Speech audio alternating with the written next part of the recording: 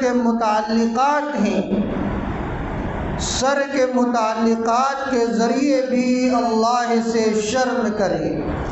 سر کے متعلقات میں آنکھ ہے، کان ہے، ناک ہے، زبان ہے اور یہ چہرہ ہے۔ یہ چیزیں اللہ کی طرف سے عطا کردہ وہ عظیم عظیم نعمتیں ہیں کہ اگر پروردگار عالم پیدائشی اور خلقی طور پر اس کے اندر کمی پیدا کر دے تو کوئی انسان اس کمی کو دور کرنے والا نہیں ہے۔ مادر ذات جو اندھا ہوتا ہے کوئی اس کے اندر بینائی پیدا نہیں کر سکتا۔ مادر ذات جو بہرا ہوتا ہے کوئی اسے قوت سماعت عطا نہیں کر سکتا۔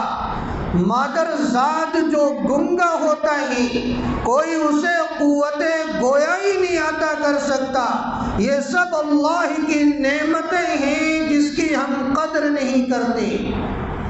پروردگار عالم نے ہماری آنکھوں میں بینائی اور بصارت عطا فرما کر ہمارا امتحان لیا ہے۔ ہمارے کانوں میں سماعت عطا فرما کر اللہ نے ہمیں آزمایا ہے۔ ہماری ناک میں سونگھنے کی صلاحیت عطا فرما کر اللہ تعالیٰ نے ہمارا امتحان لینا چاہا ہے۔ ہماری زبان میں قوت گویائی عطا فرما کر اللہ نے ہمیں آزمایا ہے۔ پروردگار عالم نے چہرے جیسی عظیم نعمت عطا فرما کر پروردگار عالم نے ہماری آزمائش لی ہے۔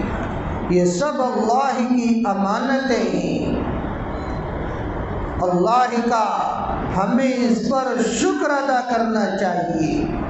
اور یہ اتنی بڑی نعمتیں ہیں کہ اگر کسی سے کہا جائے کسی کو آنکھ عطا کر دو کوئی آنکھ عطا نہیں کر سکتا۔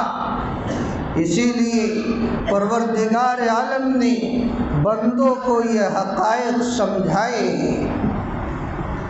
اللہ کے جو بندے اللہ کو چھوڑ کر غیر اللہ کی عبادت کرتے ہیں، پروردگار عالم نے انہیں یہی حقائق تو سمجھایا ہے کہ تمہیں کیا ہو گیا ہے، تمہاری عقلوں پر پردہ پڑ گیا ہے کہ تم اللہ کو چھوڑ کر معبودان باطلہ کی عبادت کرتے ہو۔ مثال کے ذریعے تم سمجھ لو اور معبودان باطلہ کی پرستش سے باز آ جاؤ۔ اللہ نے مثال دی، یا ایھا الناس ضرب مثل فاستمعوا لہ، اے لوگو ایک مثال دی جاتی ہے تم اسے غور سے سنو۔ ان الذین تدعون من دون اللہ لن یخلقوا ذبابا ولو اجتمعوا لہ، بے شک وہ لوگ جن کی تم اللہ کے علاوہ عبادت کرتے ہو وہ ہرگز ہرگز ایک معمولی سی مکھی پیدا نہیں کر سکتے، اگرچہ وہ تمام کے تمام ایک جگہ جمع ہو جائیں اور وہ سب کے سب اپنی صلاحیت کو، اپنی لیاقت کو، اپنی تدبیروں کو اور سارے اسباب کو جمع کر لیں اور وہ یہ سوچے ایک مکھی کو وہ پیدا کر دیں تو وہ اتنے بودے ہیں، اتنے کمزور ہیں، اتنے نحیف ہیں، اتنے لاغر ہیں، اتنے بے بس ہیں اور اتنے کم مائگی کے وہ شکار ہیں اور اتنے ذلیل ہیں، اتنے رذیل ہیں، اتنے کمتر ہیں کہ وہ ایک مکھی کو پیدا نہیں کر سکتے۔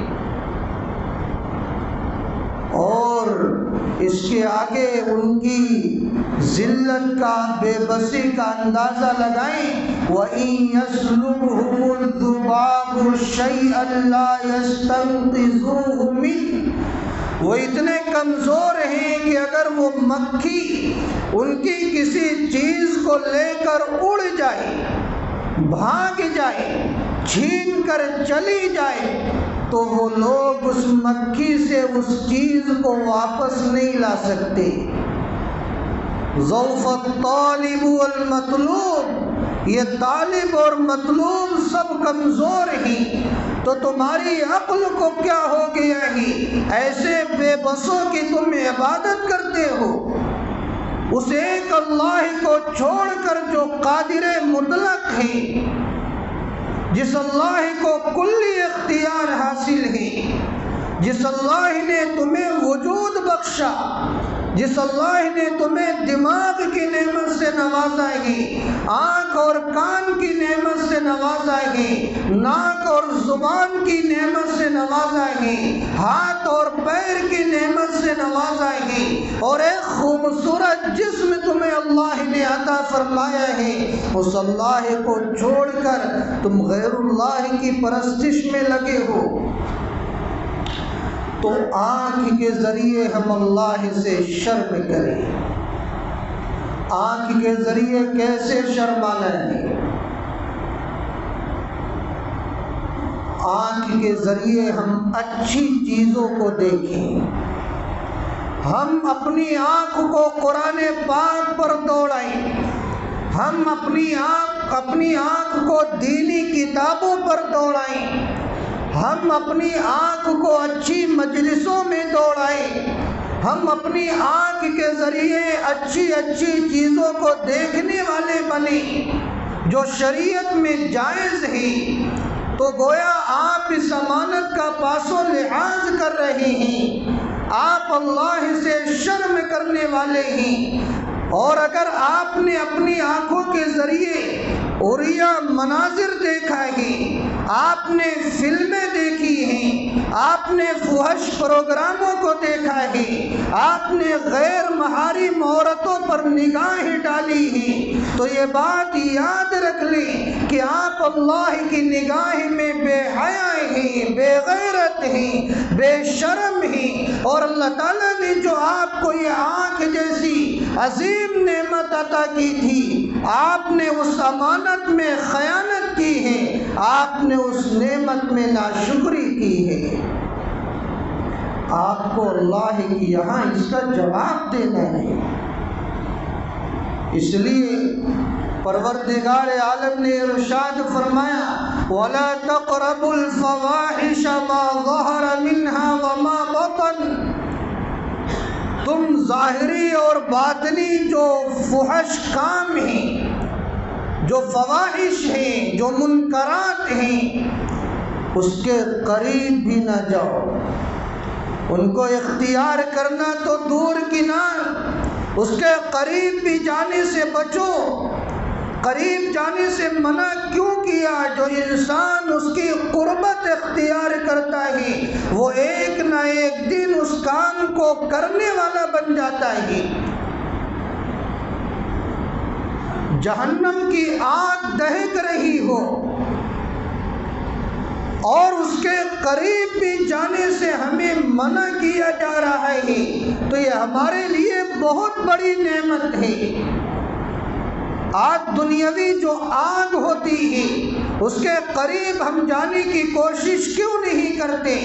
ہم جانتے ہیں کہ اس کی لپٹ میں ہم آ سکتے ہیں، اس کی گرمی سے ہم متاثر ہو سکتے ہیں، تو یہ گناہ جو جہنم کی آگ کی طرف لے جانے والا ہے، ہم اس گناہ کے قریب بھی جانے سے بچیں۔ تو فلمیں دیکھنا بھی منع ہے، فحش پروگراموں کو دیکھنا بھی منع ہے، غیر محرمہ عورتوں پر نگاہیں ڈالنا منع ہے، اور ان کے قریب جانا بھی منع ہے، تاکہ ہم ان گناہوں میں ملوث نہ ہوں۔